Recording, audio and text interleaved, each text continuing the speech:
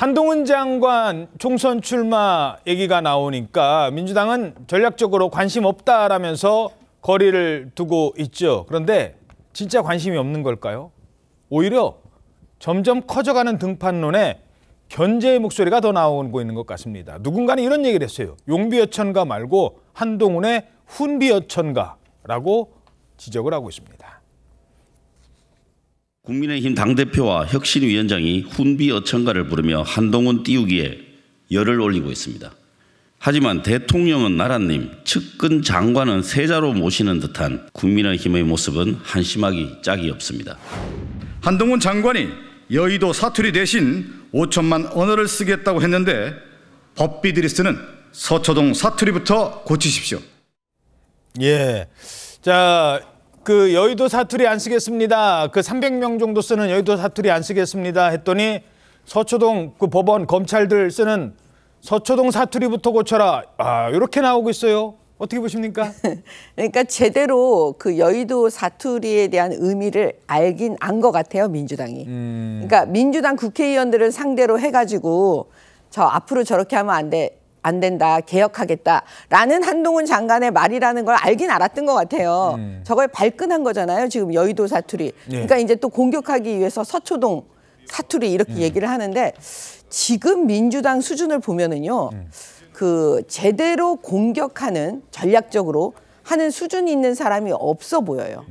아니 저 정도 되면 서초동 사투리 그러면은 너무 어린애 같잖아요. 더 수준 높게 사실은 그 한동훈 장관을 공격하려면 공격을 해야 되는데 저 정도 수준 가지고 공격하면 조금 있다가 한동훈 장관한테 또 이제 되로주고 말로 받는 그런 일이 벌어질 거라고 저는 보여집니다. 예, 박성준 대변인이 저렇게 얘기를 했는데 자, 한동훈 장관이 뭐 박성준 대변인한테까지는 아직 뭐라고는 안 했어요. 근데 팩트 공격이잖아요. 팩트 공격.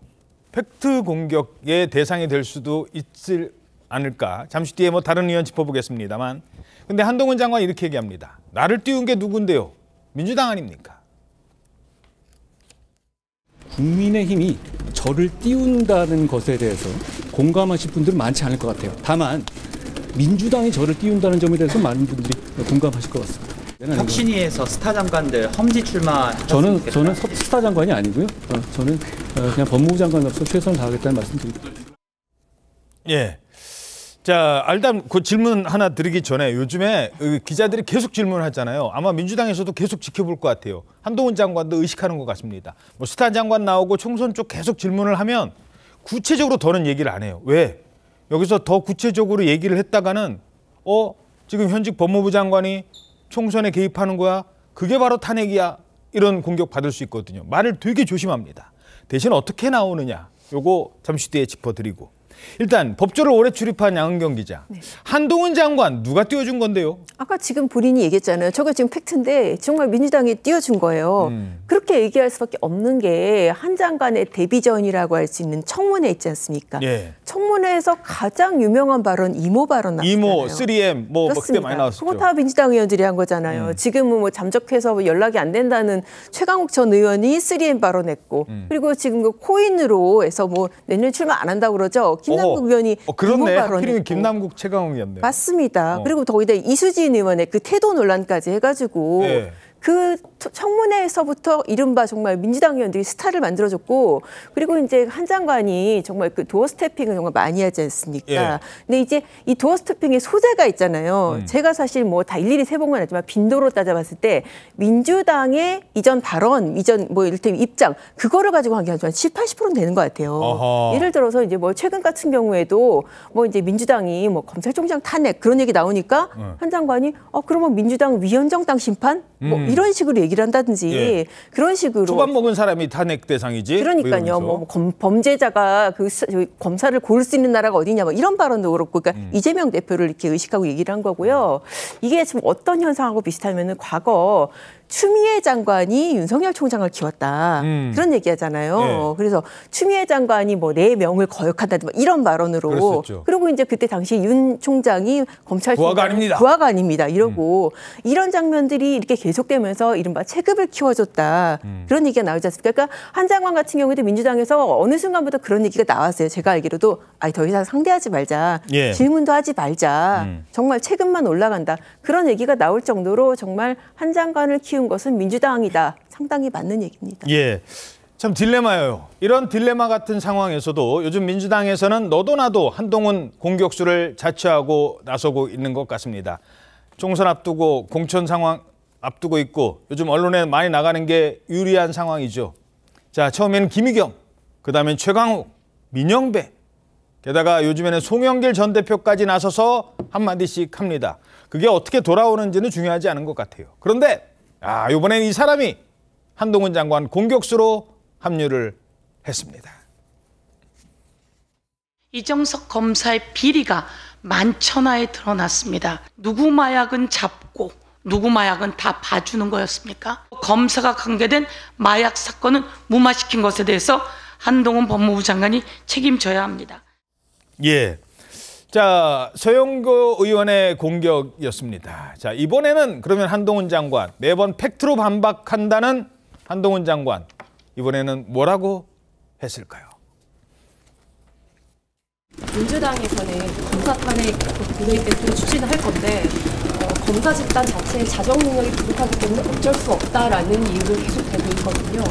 그런 유의 말을 하시는 분들이 어떤 분들인지 좀 보시죠. 그러니까 서영교 의원이 저보고 막 한바닥 쏟아내셨더라고요. 그렇죠? 운동권 출신의 아주 대표적인 정치인이시죠. 보좌진을 친인척으로 채우신 분은 아닙니까? 보좌진 월급에서 후원금 떼간 분 아닌가요? 자기 지인, 자녀의 형사 사건의 압력을 국회 파견 판사 불러서 전달했던 분 아닌가요? 저는 그런 분들이 마치 깨끗한 척하면서 국민들을 호도하는 것에 대해서 잘못됐다고 생각합니다. 정치적 목적을 가지고 그 한 집단을 의인화해서 악마화하는 것은 국민에게 큰 손해를 주는 것이고 그래서는 안 된다고 생각합니다. 예. 자, 그러니까 아니 전에 그 본인은 어떻게 했는데요? 라는 화법이에요. 한동훈 장관의 기본적인 화법이. 그러니까 여의도 사투리 안 쓰겠다고 했는데 이게 이제 쉽게 말해서 깨끗한 척 하지 마라. 당신은 어떤데? 라는 거를 얘기를 하는 것 같습니다. 물론 장관 인사청문회라든가 국정감사할 때 준엄하게 정부 공직자들을 상대로 꾸짖을 때는 그렇게 하라고 그 자리에 있는 거죠. 해야 되죠. 근데 다른 문제 불거졌을 때마다 공격을 하는데 내가 봤더니 나를 공격할 자격이 있으십니까? 이거예요. 자, 지금 서영교 의원 얘기가 나왔는데 뭐 보좌진을 친인척으로 채웠다 뭐 이런 얘기가 있던데 이건 무슨 사건이었어요? 네, 지금 한동훈 장관이 말한 저 팩트 폭격이 지난 2016년의 사건 이야기입니다. 2016년에 서영교 의원이 친딸을 자신의 인턴 비서로 채용했다는 보도가 나오면서 뒤이어서 또 서 의원이 보좌관 월급의 일부를 후원금으로 받은 사실도 밝혀졌는데요. 그러고 나서 3주가 지나서 서영교 의원이 더불어민주당을 탈당했었습니다. 당시 서 의원은 탈당에 대해서 사려 깊지 못한 행동으로 많은 분들께 실망을 드렸다면서 당의 부담을 덜어드리기 위해서 떠나야겠다 이렇게 입장을 밝혔었는데요. 예. 서영교 의원 친딸이 서 의원의 인턴 비서로 일한 건 2013년 10월부터 한 5개월 기간 동안입니다. 또 서 의원은 당시 인턴 비서 1명이 그만둬서 딸이 대신했던 것이다 이렇게 해명을 했고요. 딸의 급여도 정치 후원금으로 모두 반납했다고 말했지만 무엇보다 보좌진의 급여를 자신의 후원금에 넣은 게 적절치 않다라는 지적.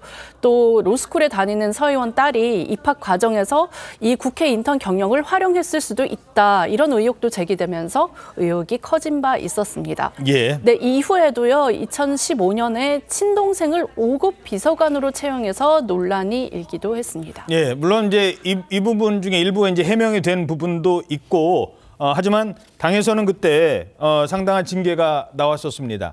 자, 서영교 의원이 그 이대 총학생회장 출신이고 그 한명숙 대표 체제 때 정치권에 의원으로 이제 들어오면서 그때도 뭐 논란은 있었습니다. 같은 뭐 이대 출신 뭐 이런 얘기도 있었습니다만 어찌됐든 그 586 정치인들 송영길 전 대표도 최근에 뭐 얘기하니까 그 NHK 룸사롱 뭐 그거 한 분이 얘기할 수 있어요? 지금 서영교 의원 얘기하니까 그 86 운동권 세대 지금 내로남불 지금 이런 점들을 꼬집은 것 같아요.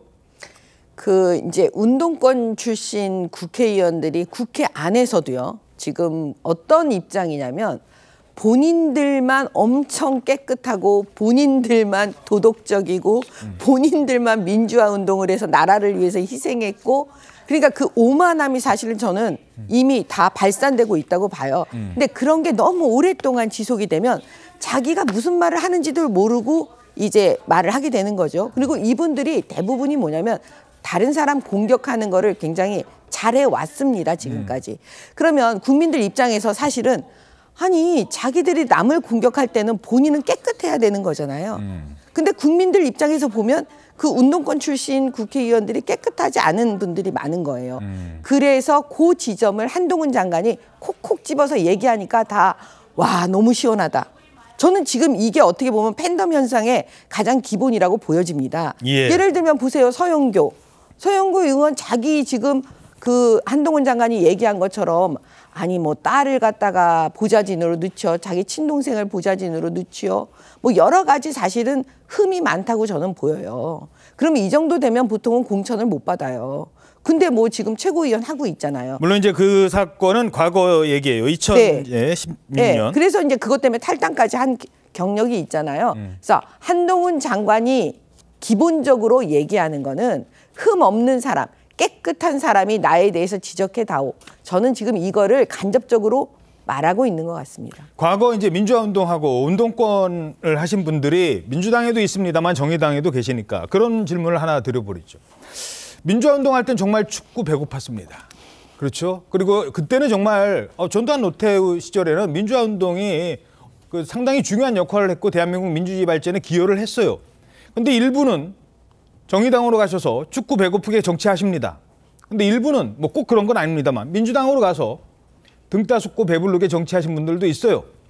정의당에 계신 분들이 봤을 때 지금 586 정치인들 특히 민주당에 계신 분들을 봤을 때 어떤 생각이 드십니까? 제가 꼭 정의당에 있어서가 아니고 민주당의 이제 586들이 정치를 비교적 일찍 시작하셨잖아요. 근데 어느덧 이제 20년 제도권에서 배지 달고 국회의원으로 혹은 뭐 광역단체장으로 그런 큰 역할들을 했는데 그러다 보니까 이제 이분들이 초심에서 많이 멀어져서 기득권이 됐다. 그리고 윤리적으로도 다른 정치인들과 별로 다를 게 없는 그런 문제점들을 많이 보였죠. 그에 대해서 어쨌든 비판이 있는 것도 사실이고 이제는 좀 그런 기득권을 내려놔야 되는 거 아니냐. 그래서 586 용태론도 나오는데 정작 내년 총선에 그런 게 현실화될지는 미지수입니다. 아주 일부의 의원들만 불출마를 얘기를 하고 있기 때문에 또다시 586들이 내년 총선에 출마해서 뭐 5선, 6선 이렇게 되는 거 아니냐. 근데 이런 비판이 있고 그렇다 보니까 세대 교체가 이루어지지 않는다. 근데 이런 민주당 내부에 여러 가지 진단도 있습니다. 그럼에도 불구하고 저는 한동훈 장관의 화법이 시원한 듯하지만 문제는 있다고 생각해요. 또 다른 형태의 선민의식입니다. 아하. 왜냐하면 깨끗해야만 자기를 비판할 수 있는 건 아니거든요.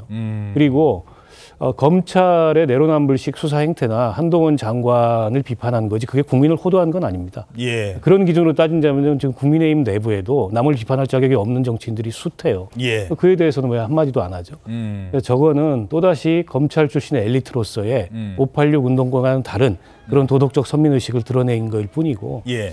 여의도 정치권을 싸잡아서 뭔가 비도덕적이고 비윤리적인 집단 자신은 국민과 공감하는 깨끗하고 정의로운 사람 이런 식의 구분법을 즐겨 하는데 본인이 국민은 아니에요. 그것 또한 참칭이 될 수도 있다는 점을 유의해야 될 겁니다. 예, 알겠습니다. 자, 한동훈 장관은 총선 출마 여부를 밝히지 않고 있지만 정치권에서는 한 장관의 출마 지역을 두고도 벌써부터 이런저런 이거 훈수라고 해야 될까요? 여기가 좋을 것 같은데 얘기들이 나오고 있습니다. 한동훈 장관도 매우 중요한 인재인데 사실 그냥 야인으로 이렇게 보내는 것보다는 어찌 됐든 간에 처음에 시작은 좀 돌을 맞고 욕을 먹더라도 일단은 강남 3구에서 나가는 게 맞는 것 같아요. 근데 한동훈 장관 이재명 붙어야죠. 한 자는 범죄 혐의자고 한 분은 검사 아닙니까? 예. 완전히 대비되는 구조죠. 예. 지금 뭐 윤상현 의원까지 당내에서 쭉 얘기가 나오는데 지도를 한번 봤습니다. 한동훈 장관 만약에 지역으로 간다면 어디로 강남 3구. 글쎄요. 근데 뭐 이거는 돌 맞고 욕 먹는데 그래도 강남 3구다. 일단은 되는 게 중요하다. 뭐 이런 소수 의견도 있지만 다른 곳 이재명 대표와 맞붙어라. 여기는 원희룡 장관 이제 간다고 했는데 수도권에 계신 분들은 그래도 수도권 특히 인천이나 이런 데서요. 윤상현 의원은 인천에서 정치를 하니까 거기 이제 바람이 불어야 된다. 뭐 이런 차원에서 조언을 하는 것 같아요. 아니다 대구다. 그러니까 자기 지역에 와서 도움이 되기를 바라는 측면도 있는 것 같은데 뭐 한 5군데 정도 지금 얘기가 나오고 있다고요? 네, 그렇습니다. 지금 그 앵커께서 지금 말씀하신 대로 일단 언급되는 곳만 지금 5곳이에요. 아까 김웅 의원 같은 경우는 아직 수도권이 안심할 상황이 아니다. 욕먹더라도 강남 3구에 나가야 된다. 그러면서 이제 김 의원은 뭐라 그랬냐면은 그보다 더 쉬운 길은 이제 비례로 나가거나 대구로 가는 건데 이렇게 가면은 이른바 우리 당이 태자당이 된다. 그러니까 너무 이렇게 그 특권을 가지고 나가는 거라서 이거는 안 되는 거고 뭐 강남 3구 추천을 하고 또 지금 말씀하신 대로 그 윤상현 의원 같은 경우에는 이 지금 한동훈 장관과 이재명 대표의 그 맞붙는 그런 구도를 생각해서 그런지 개항을 또 지금 추천을 했고요. 예.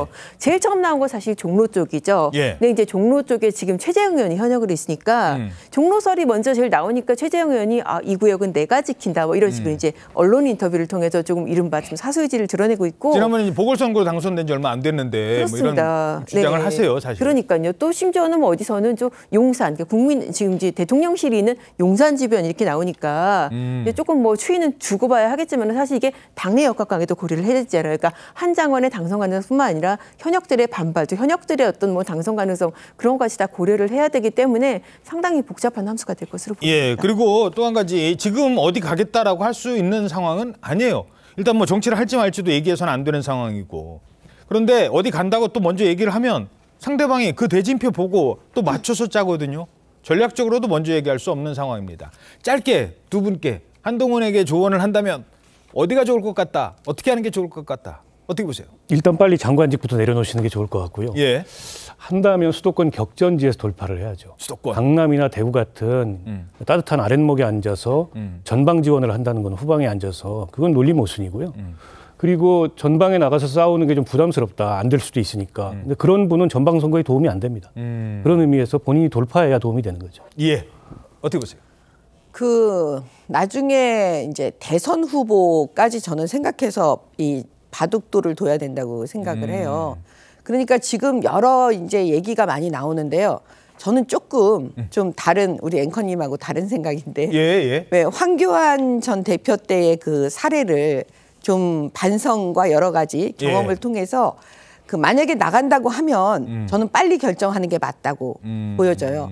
왜냐하면 그 지역의 주민들께서 밀려서 오는 느낌으로 받아들여지면 제가 볼 때는 표를 많이 못 얻을 것 같아요. 가려면 빨리 나오는 게 낫다? 예, 저는 차라리 당당하게 나는 어디를 너무 사랑하고 내가 좋고 여기서 내가 지역구의 그 국회의원 되고 싶으니까 내가 빨리 정해서 왔습니다. 상대 누구든 올 테면 와라? 네, 올 테면 와라. 이런 마음으로 저는 가는 게 맞다라는 생각이 듭니다. 예, 알겠습니다.